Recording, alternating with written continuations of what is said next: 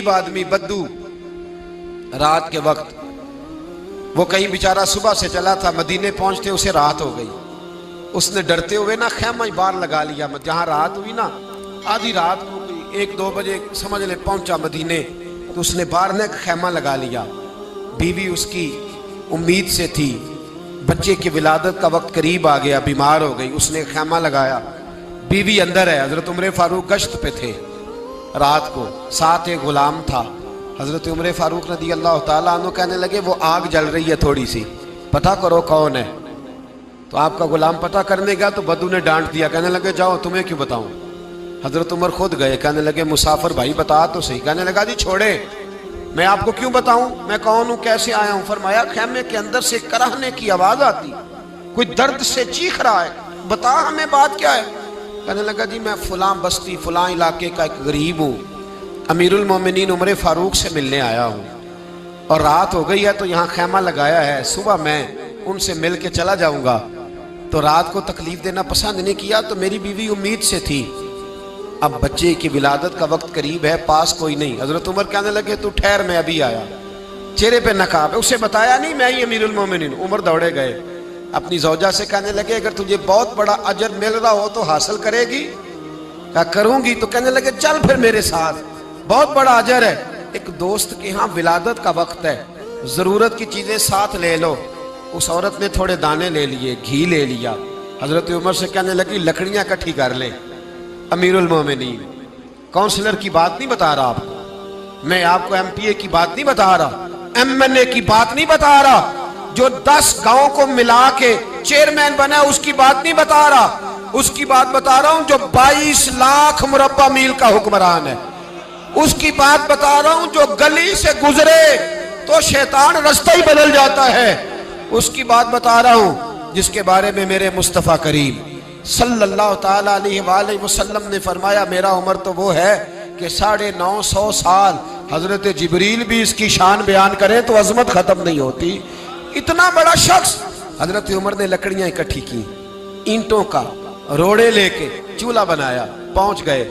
आपकी जौजा कहने लगी ये थोड़े दाने डालने, घी डालने और एक लकड़ी लेके इसको हिलाएं, तैयार करें। खुद जौजा अंदर चली गई, हजरत उमर बाहर पकाने लगे।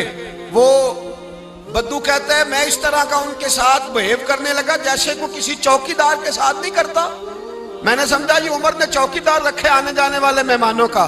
मैं कभी पानी का प्याला मांगता, कभी कोई बात, उमर दौड़े जाते, कभी पानी लाते। ओ मुसलमानों, ओ मेरे रसूल के गुलाम अजीजो, हजरत उमर फारूक। वो गुलाम कहता है मैं उमर से कहता, मैं कहता गुलाम पानी ला, तो उमर दौड़ के पानी लाते। मैं कहता तुझे घी पकाना भी आता है, पहले भी कभी पकाया है? तो उमर फरमाते कोशिश तो कर रहा हूं। मैं कहता पहले भी कभी तेरी बीवी ने ये काम किया है? तो हजरत उमर कहने लगे मुझे याद नहीं, पूछ के बताऊंगा।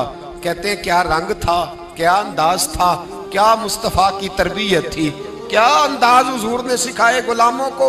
ये किस तरह का अमीर है कि ये हंडिया पका रहा है, फूंके मार रहा है एक गरीब के लिए, देहाती के लिए जिसे जानते भी नहीं। अंदर उस शख्स की बीवी के यहाँ बेटा पैदा हुआ तो हजरत उमर की बीवी अंदर से बोल के कहने लगी अमीरुल मोमिनीन मुबारक हो, आपके दोस्त के यहाँ बेटा पैदा हुआ है। जब कहा ना अमीरुल मोमिनीन मुबारक हो तो वो शख्स कहता है मेरे हाथ कांपने लगे और मैं इस तरह दौड़ा कि मेरी पगड़ी गिर गई। मैं दौड़ा तो उमर ने बुलाया, कहा किधर जाते हो? कहने लगा आप अमीरुल मोमिनीन हैं, आप अमीरुल मोमिनीन, आप उमर हैं।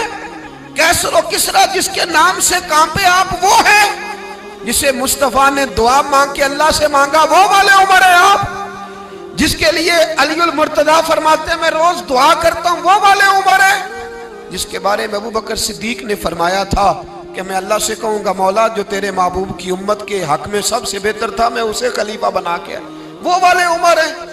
उमर अमीरुल मोमिनीन की बीवी वो तो खातून अव्वल होती है, वो तो मलका होती है, और तेरी बीवी दाई बनकर एक गरीब के बच्चे के पास बैठी रही विलादत के वक्त। उमर अमीरुल मोमिनीन होके तेरी दाढ़ी सारी धुएं से भर गई, तो ड्यूटी करता रहा। तो सैयदना उमर रो पड़े और उस बद्दू को सीने से लगा के कहने लगे तुझे पता नहीं तू कहाँ आया है? اس شہر کا پتہ ہے؟ اس نے کہا حضور کہاں ہے؟ فرمایا یہ میرے نبی کا مدینہ ہے، یہ مصطفیٰ کا مدینہ ہے، یہاں امیروں کا استقبال نہیں ہوتا، یہاں غریبوں کے استقبال ہوتے۔